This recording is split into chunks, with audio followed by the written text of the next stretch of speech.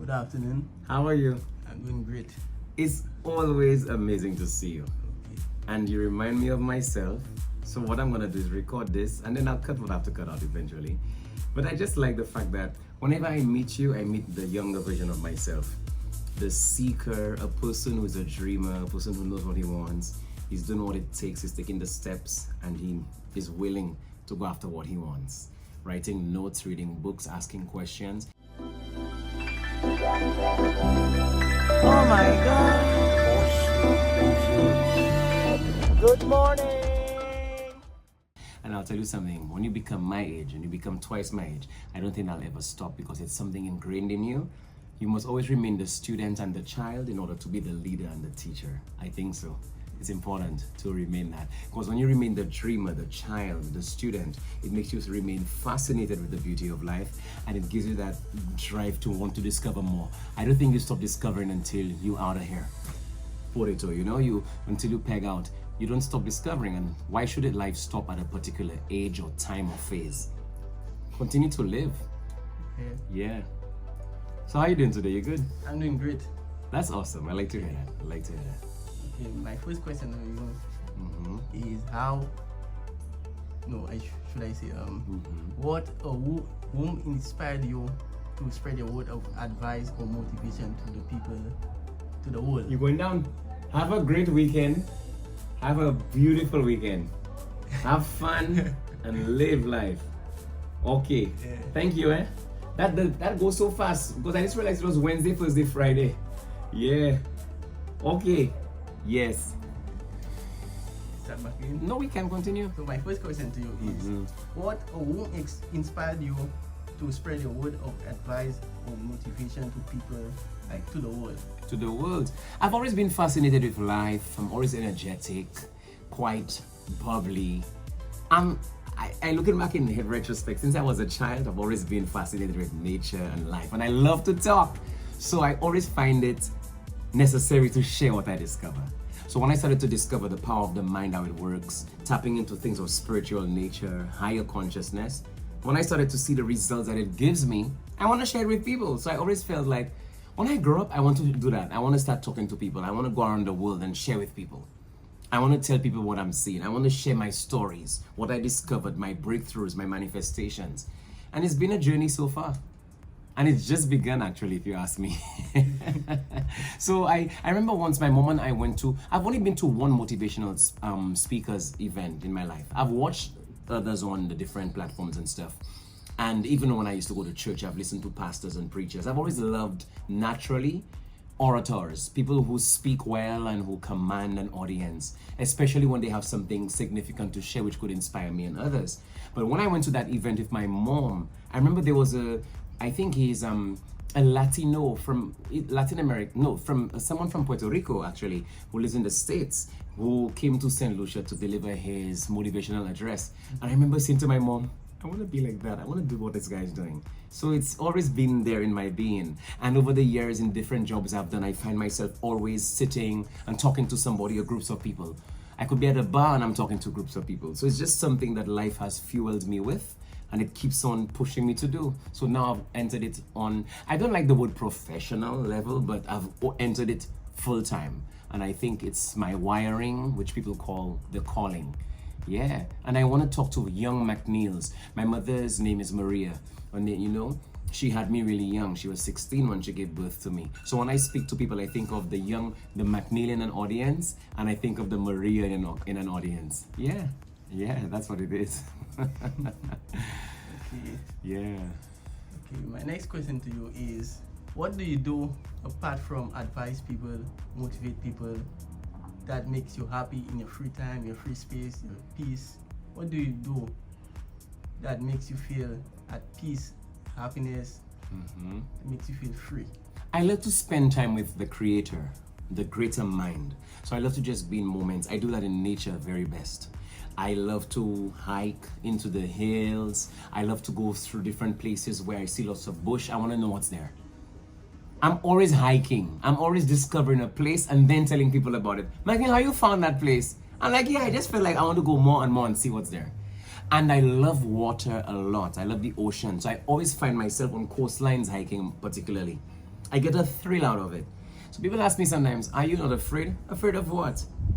Just know the environment, learn the terrain, connect with it, and I find my ideas become louder and clearer. Then I feel a stronger presence of the maker of all living, the energy that creates worlds. Some of us call it God, some call it the universe, whatever. It's not limited to a label. It's one beautiful, powerful energy.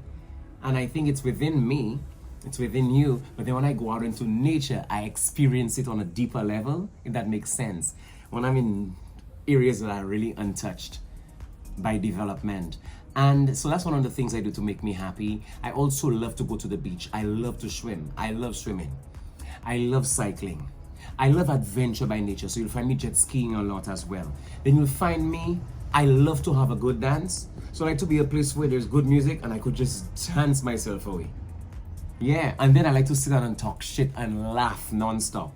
I love a good, I'm never bored. I'll get bored if I stay static. So I'm always moving. My mind always finds something to do.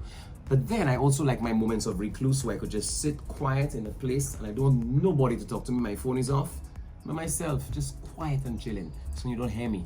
I like those. All these moments contribute to my happiness in my free time. Mm-hmm. That's great. Mm-hmm. Okay. How do you feel when someone compliments you, that you have advised them, that you have helped them in their life, the decision making, challenging they face? How do you feel when someone has praised you, that your work is very brilliant? This charges me up with an energy, because that's when you know. I think people always ask me, how do you know your purpose or your passion? I feel an aliveness when somebody says, Carnival was a few days ago, and people were meeting me in the drunken state, and even those who were sober. Thank you so much. People were running up to me and hugging me, or smiling at me from the stands and going, I could tell it's people who watch me on the social media. And there are those who, when people say, McNeil, you said something to me 5 years ago or 2 weeks ago, whatever. It's like an energy. I know I'm doing the right thing. Because when I speak with intention. It has to be natural and organic. I don't think of what should I say. I just say it, what comes to my heart. It's a natural flow for me. Some people tell me it has impacted them, or it has, empowered them to go further in life. I get excited. Oh my God. But I know it's not me doing it. It's the universal mind moving through me, doing what I'm supposed to do. We all have something to do on this earth. We all have a passion for something. And that's my passion, inspiring people. So when somebody said, I've been inspired by you, I'm like, wow. Especially when they give me a result, a breakthrough they've had, a manifestation or something that changed. It makes me know I'm giving out the oxygen I'm supposed to give out as the living tree that I am. And they're receiving it now, and then they give me back the carbon dioxide. You know, in nature, you have carbon dioxide being given by, we breathe out the carbon dioxide, the tree gives us the oxygen. It's an exchange, it's energy circulating. So I know my energy is circulating right when somebody says, you said something or you did something that changed my whole outlook. I know I'm alive on purpose. It charges me up. I could go on and on with this. It just charges me up with an electricity that I love. Yeah. Okay. Next question to you, McNeil, is what goal have you set, or what goal have you set that you haven't as yet accomplished? It might be for next year, this year, tomorrow, that you want to work on. The goal I've set is I want to have a massive audience. I promised myself from young, I'm going to be famous, inspiring people. I used to be modest about it before. Right now, I say it over all the platforms. I tell people, you know what? You making me famous. When I say something when one of my videos has touched you, when you've stumbled into my Instagram or TikTok or any of those platforms and something I said, whether it's on a live or on a reel or in a writing, it has influenced you, share it with other people. Make other people get touched by what I'm doing. Make me famous, because my intention has always been to be famous, inspiring people. Do you know that guy, McNeil Griffith? Oh my God, you don't know him? Famous, inspiring people. That's my work on earth. That's what I came here for. So that's my goal now. I know I'm famous in my own way. So I have worked in the airlines, I've traveled the world, I've met people from varying nationalities, over 150 nationalities. So obviously I've touched a person from over 150 countries, for sure. But I see that going to the massive level where I touch trillions of human beings. Now we have 8 billion, they say. My work has to linger until I've passed on from this life. So that's the goal I've set for myself, to touch lots of people's hearts. The McNeil, you know the way that somebody's life touched me, like when I saw somebody living their dream, I was inspired to live mine. I'm inspiring other people to live theirs because I'm living mine. So that's one of the goals. Now, another goal I've set for myself, which I haven't accomplished yet, and I will. I've done the test drives so far. I see myself owning my Rolls Royce cars. I have to have Rolls Royce cars. I love them. I've test driven them. I've rented them for a day or two when I lived in Dubai and Abu Dhabi and Qatar. I want to own my own Rolls Royce cars. These are goals I've set. And they must happen.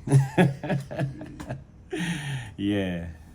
I have other goals too, like in terms of, I see myself, I want to be able to finance, sending people to university, those who are really keen on getting to that higher level of education, to become master in their ability, whether it be someone who wants to become a doctor or a lawyer or something even beyond that, because I'm not just sticking to traditional jobs. So I have the goal of change. I mean, I'm doing it in my way already, but I want to be able to put at least 5 families through university. That's something I've had in my psyche for a long time, and I want to do that too. Yeah.